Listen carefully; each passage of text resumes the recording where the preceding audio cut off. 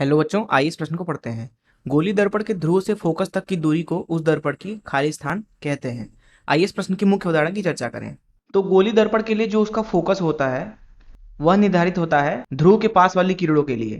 तो फोकस की परिभाषा कहती है कि अगर हम गोली दर्पण के गोली दर्पण के ऊपर उसके मुख्य अक्ष के समानांतर ध्रुव के काफी करीब प्रकाश की किरणें आपतित कराएं तो परावर्तन के पश्चात ये किरणें मुख्य अक्ष को एक ही बिंदु से काटकर आगे बढ़ती हैं। इस बिंदु को गोली दर्पण का फोकस बोला जाता है। उत्तल दर्पण के केस में ये समानांतर किरणें जो हैं वो दरअसल फोकस से आती हुई प्रतीत होती हैं तथा ध्रुव और फोकस के बीच की जो दूरी होती है वो दरअसल फोकस दूरी के बराबर होती है। उत्तल दर्पण के लिए अगर इसी चीज को बनाएं तो उत्तल दर्पण हमारा है कुछ इस तरीके से। इसका मुख्य अक्ष ये हो गया।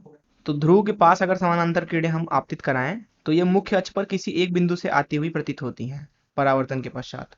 यह बिंदु हमारा उत्तल दर्पण का फोकस होता है तथा ध्रुव से फोकस के बीच में जो दूरी होती है वो फोकस दूरी के बराबर होती है। तो इस मुख्य उदाहरण का इस्तेमाल करके इस प्रश्न को हल करें। इस प्रश्न में कहा जा रहा है कि गोली दर्पण के ध्रुव से फोकस तक की दूरी को उस दर्पण की क्या कहते हैं। तो फोकस दूरी कहते हैं। इस तरीके से हमने प्रश्न को हल कर लिया। मैं आशा करता हूं कि आपको इस प्रश्न का हल जरूर समझ में आया होगा। धन्यवाद।